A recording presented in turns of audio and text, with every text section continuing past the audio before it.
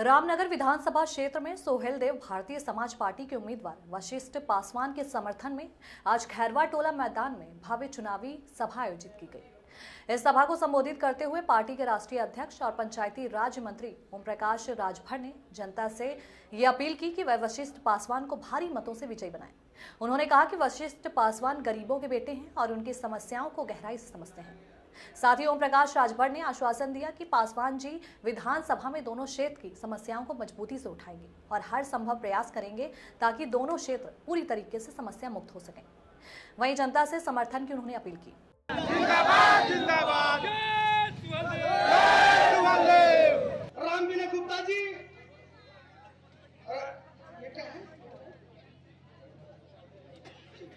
ये जिला कमेटी बड़े माननीय मंत्री जी और प्रत्याशी जी का डॉक्टर अरविंद राजभर जी का स्वागत होगा। जिंदाबाद से चाहूंगा डॉक्टर अरविंद राजभर जी जो नौजवान दिलों के झारखंड हमारे प्रमुख महासचिव स्वागत करेंगे, जोरदार ताली से स्वागत करेंगे।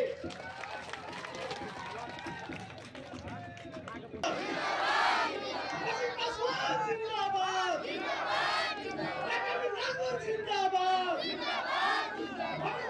जिंदाबाद हमारे महबूब नेता, अपने महबूब नेता, नौजवान दिलों के झारखंड और हमारे महबूब प्रत्याशी का जोरदार स्वागत हो रहा है। जोरदार ताली से स्वागत करेंगे। ये महिलाओं का सम्मान हो रहा है, उधर देखिए महिलाओं का सम्मान हो रहा है। आप लोग ताली नहीं बजा रहे हैं, क्या बात है?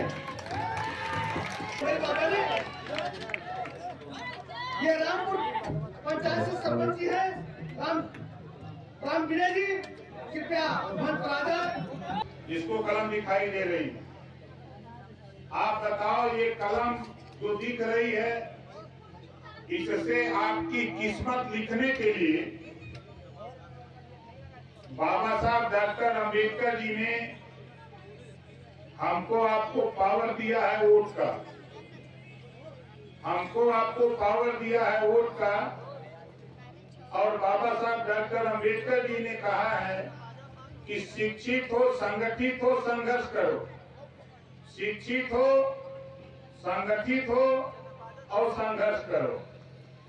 तो शिक्षित तो बड़ी संख्या में गरीब हुआ, लेकिन समझदारी नहीं पैदा हो पा रही है। आप बताओ इस कलम से लिखा जा सकता है। का आखिरी दिन है और आज आपके पार्टी के कप्तान ओम प्रकाश राजभर जी का आगमन हो रहा है, तो क्या लगता है जनता का क्या प्रतिक्रिया रहेगा?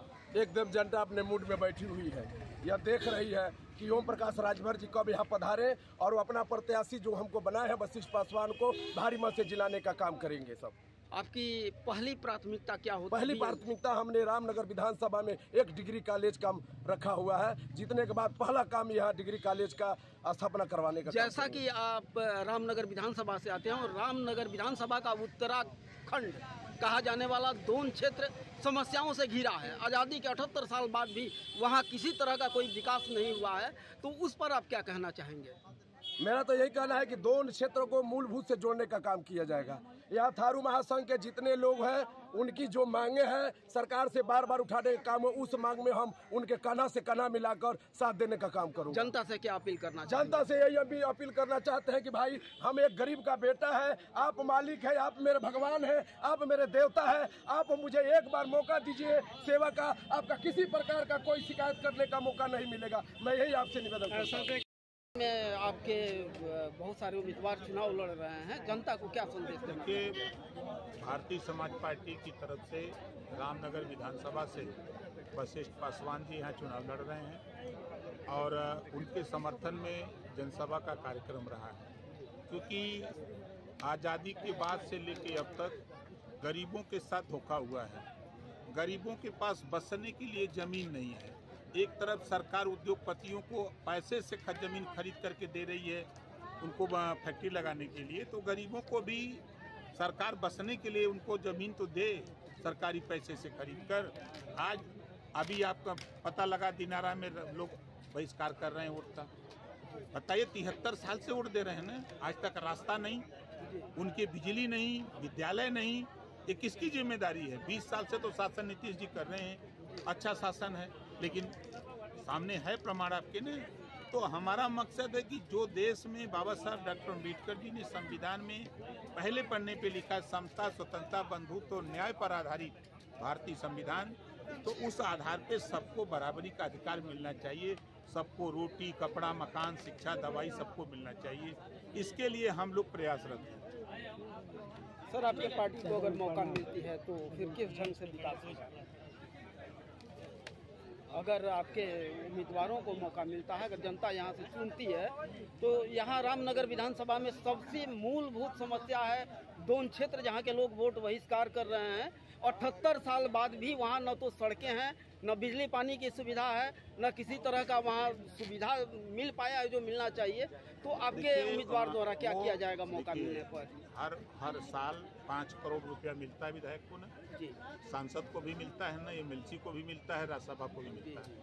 कभी उन लोगों ने, जैसे कि आज बहिष्कार कर रहे हैं, अगर वो स्वागत समारोह खाली कर लेते, बुला के चाहे एमएलए को, चाहे सांसद को, चाहे विधायक को ना, और उसके बाद वहीं घेर लेते, तो वहीं उनको घोषणा करके चेक दे के जाना पड़ता।